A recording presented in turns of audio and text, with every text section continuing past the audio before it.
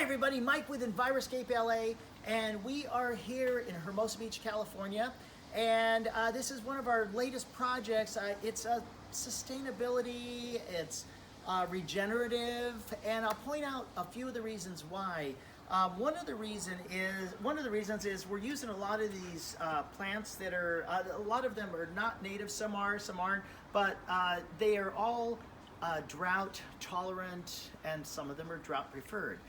Drought tolerant and drought preferred, that's another video, but we'll get into that. But these plants don't necessarily need a lot of water once they're established.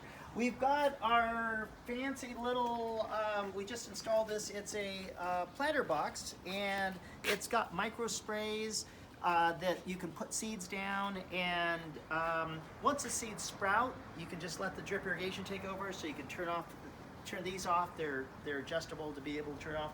And then we've got this beautiful flagstone here. There's going to be some, we put the drip irrigation between it. We're going to put some ground cover. And just, this is winter, this is January. Where on the planet can you actually plant in January? A lot of places in the United States have snow. This is January, it's about 65 degrees. Anyway, oh, and one last thing, I did mention drip irrigation. We do have, oh, here's a California native, it's Muhlenbergia grass. The drip irrigation system, these are rainbird valves. If you're gonna do drip irrigation, make sure it's a rainbird system, because it has that sticker, that orange sticker that says LFV, low flow valve. They're always guaranteed to shut off.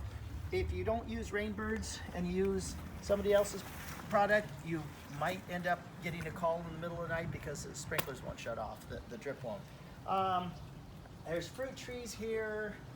This is just a real haven. So, Mike from Enviroscape LA signing off. When you think regenerative permaculture and sustainability, think Enviroscape LA.